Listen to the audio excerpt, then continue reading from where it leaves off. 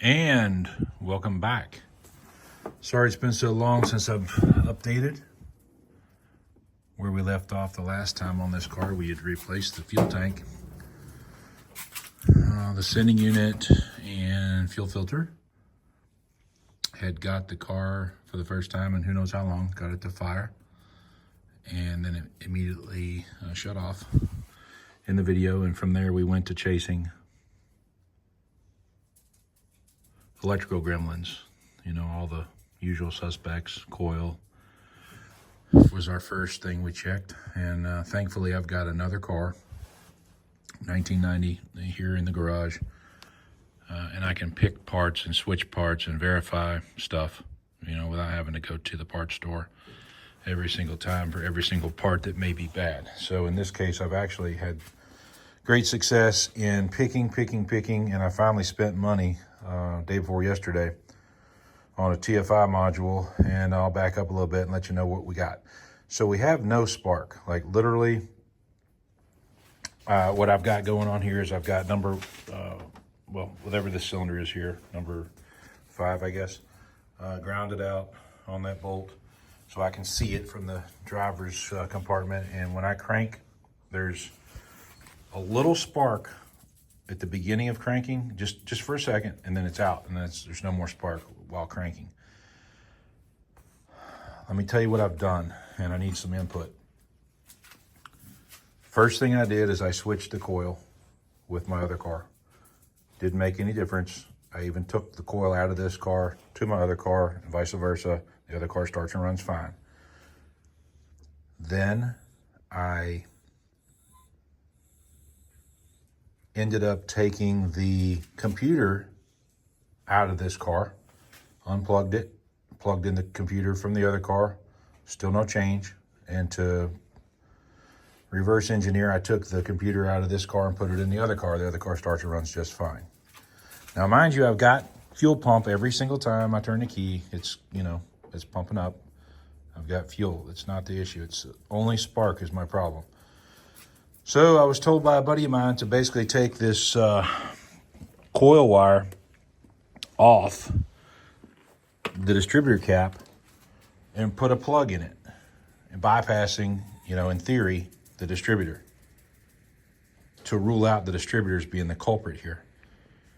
I thought, okay, well, that sounds plausible.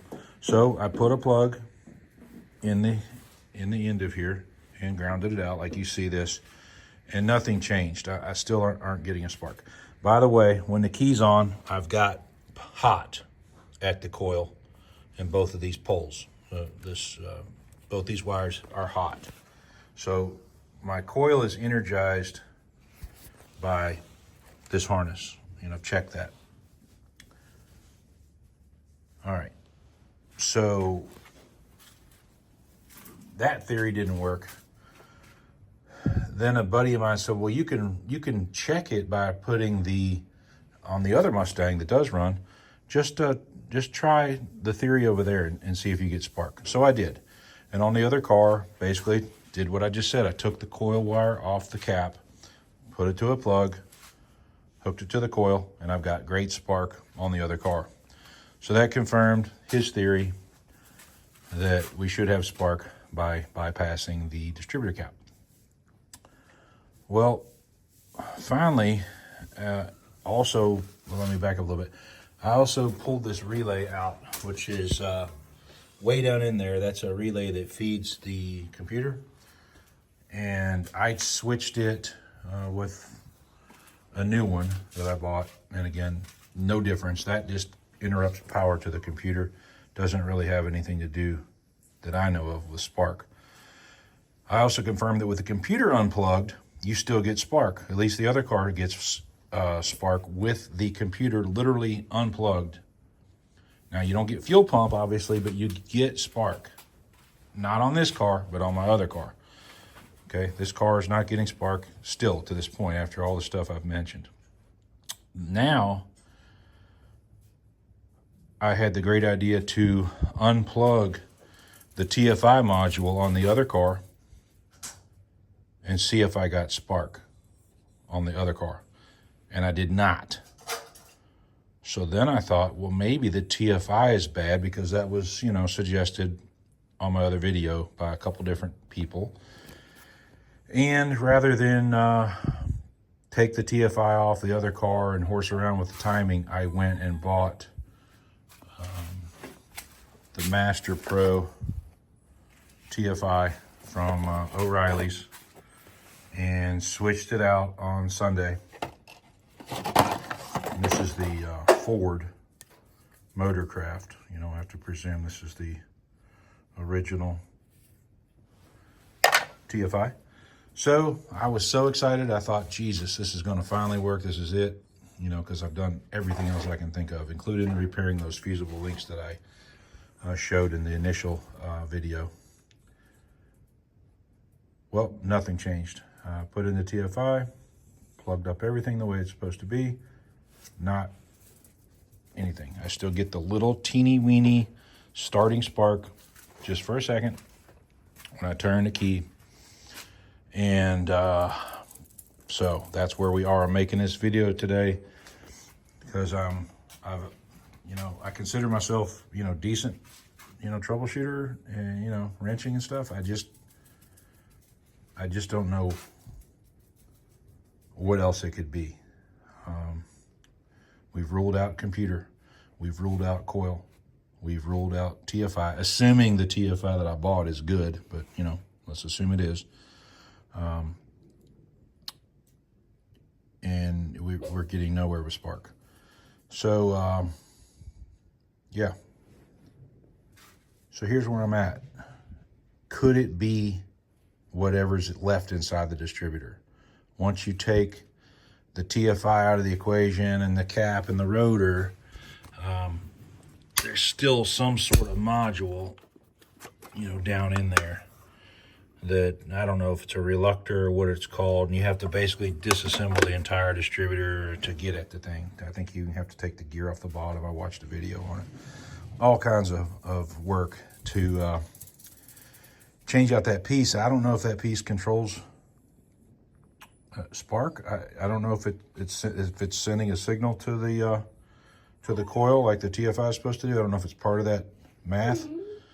I don't know. So that's kind of where I'm at right now.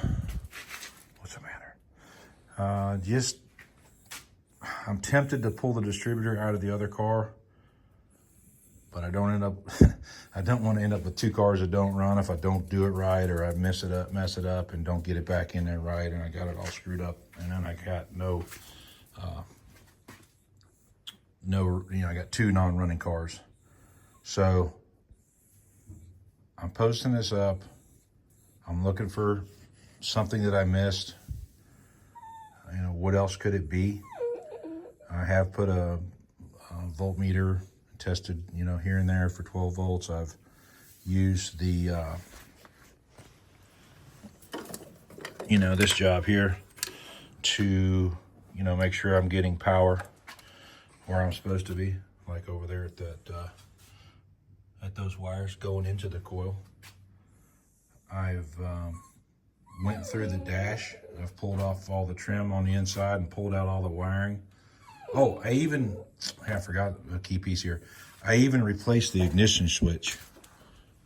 I literally, pulled the dash apart, the steering column covers, and dug in and replaced the ignition switch, because I heard that thing getting loose could cause like a no power thing, almost like turning the key off while you're driving. Some sort of, Ford had an issue with it. They had a recall about it. So I took a used ignition switch off a steering column I have here, and just switched it out just in case. And again, nothing happened to change any of the other things that I just mentioned. This is my other car. It's a 1990 as well. I've been picking, coil and everything's out of it now. I've been picking every part I need off of this engine and off of this, under the hood area. So I, again, don't have to drive an hour round trip to O'Reilly's, and I don't have to throw money away at things that aren't the issue.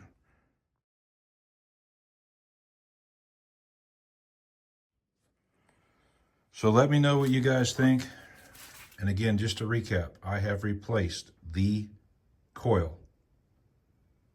I have replaced the ignition switch. I have changed the relay feeding the ECU. I have replaced the TFI module that's mounted to the distributor. I have experimented with the coil wires. You see this red one is off the other car. I've ruled out that the coil wire is not bad. This is the gray one that was on the car when we first started it the other day. So I mean, I feel like I've covered all the common sense things. I've hunted for wires under the engine bay. I did have some feasible links. I have repaired them. I have confirmed that they're getting all their power like they're supposed to. I have rooted around up under the dash, looked for things. And remember, the car started in that last video. The car started, you saw rust fly out of the exhaust pipes. I mean, literally the car has not been started in, who knows, many years. The tank, the fuel in the tank was complete varnish, so who knows how long that takes to have happened, but it's been years, we'll have to assume, since the car started. And so is something down in that distributor keeping me from getting spark? Is that possible? Am I wasting money? The distributor is not cheap. If I have to go buy one and it's, not the problem, it's not something you can return. It's electrical part, so once you buy it, you own it. Like I said, ideally, I just grab the distributor out of the other engine that we know runs. But again, I don't want to end up with two cars that don't run.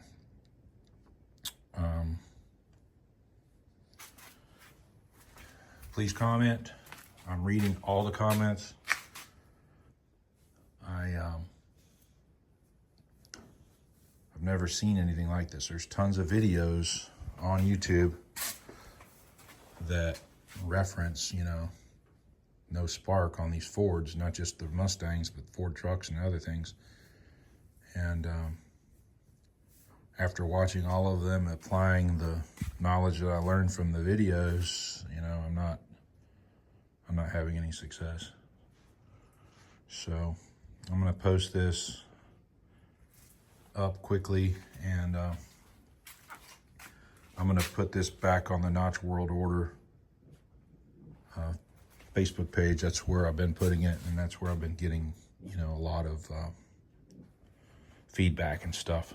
So thank you, Notch World Order, for letting me do that, and thanks to the Mustang world for thinking about everything that I just said and brainstorming to see what's what. Yeah, it's a mess, but I feel like it's something simple, and once we figure it out, we're gonna be good to go, and these wiener dogs will be happy because they're gonna get to go for a ride in an old Mustang that we've been trying to get back going. So thank you for listening. Thanks for watching. Leave me a comment on what it might be, knowing what I said and what I've done. Take care.